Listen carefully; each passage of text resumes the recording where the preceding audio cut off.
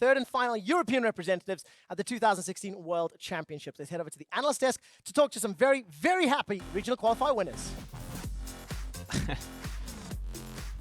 Well, thank you, everyone, and welcome to the Postgame lobby, the final one of 2016. But what I want to talk about is Splyce making it to Worlds.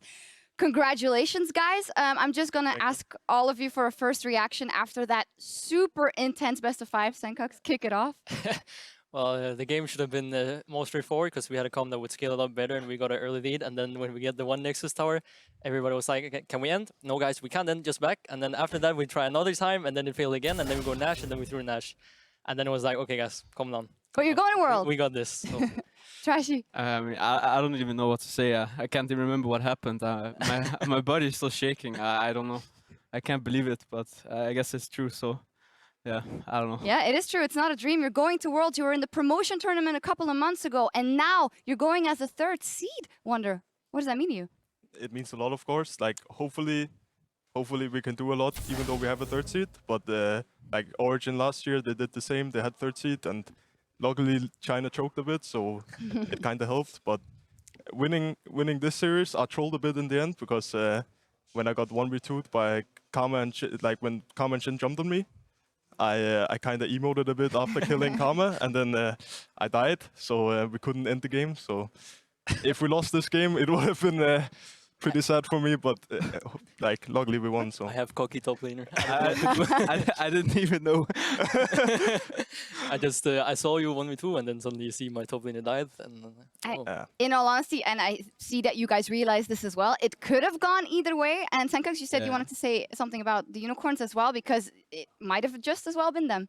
Well, yeah, I want to say that I think Unicorns is probably the most improved team when it comes into playoffs, and I think they've done a really good job adapting to the patch, and I think every player has played super well in playoffs, and a lot of people underestimated them. I think especially Exile plays really well.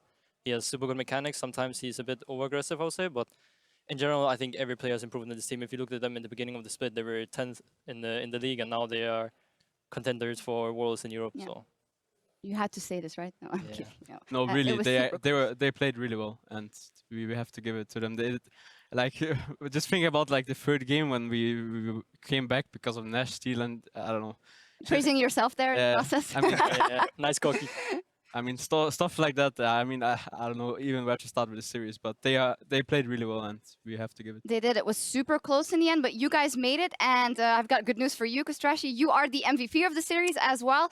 It was very close between a couple of you guys, but I guess the Baron steal in Game 3 pushed it over the edge. Are you happy? Smite is broken. I'm gonna take this. I mean, to be honest, I don't care about MVP. I just want to go to Worlds, and that happened. So okay. I'm happy. Yeah, we're all happy. But then again, it's also great to get MVP. So. yeah. Wonder, a lot was said about the picks and bans, about that Gangplank versus, I was going to say GP, but versus Shen, the entire series. How much in the end do you think it decided, or did it come down to different things?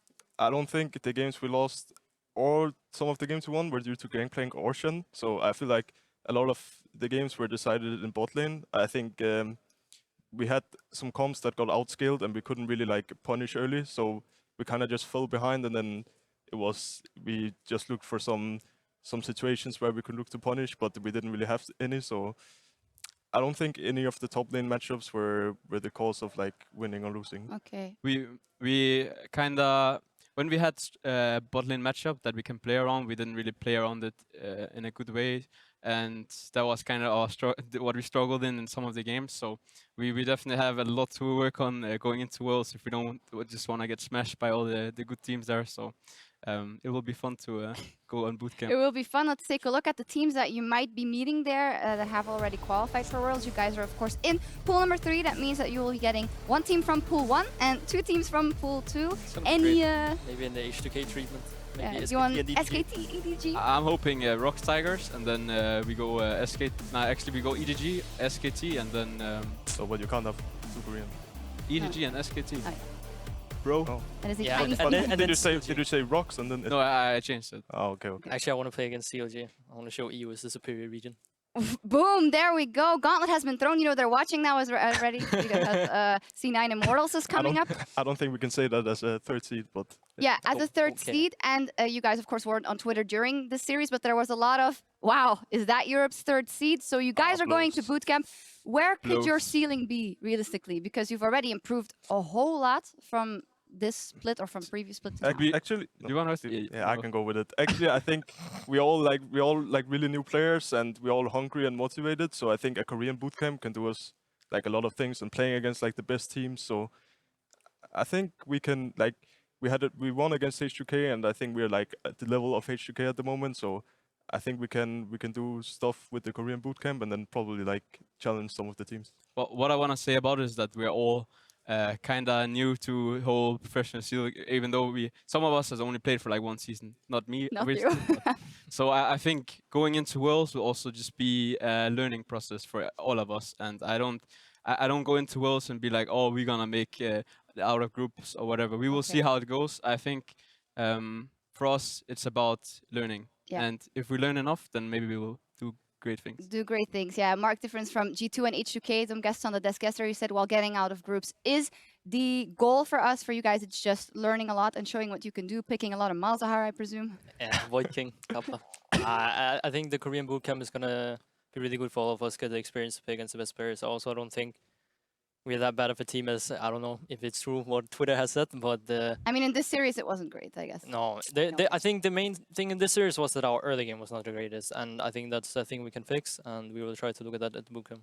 Okay. Anything you guys want to say to the Splyce fans? You made it to Worlds. If there's any Splyce fans out there watching, I know we have a lot actually, so it's really great. But thank you for all like supporting us. It's great. Everyone that comes, even in the studio today, I felt like it was kind of even with the unicorns. That's not it. That is a hard task. Yeah, that is hard. They have a fantastic Actually, fan only club. last time Yeah, that happened was when we fantastic. picked Akali and Sion, so Yeah. that's a Yeah, good thing. it's true. Well, fantastic stuff. Congratulations, you guys. You guys got your world spot, but there's one world spot remaining. And coming up, we'll be crossing over to our friends across the Atlantic for the finals of the North American regional qualifiers between Immortals and Cloud9. As for us, it's gonna be about time to log off. Thank you guys very much. Congratulations. That was also our last show here from the Berlin studio for 2016, as we will all be going to Worlds. And we have some colleagues here that can't be here. Who wants to grab all of these? Yeah, there we go.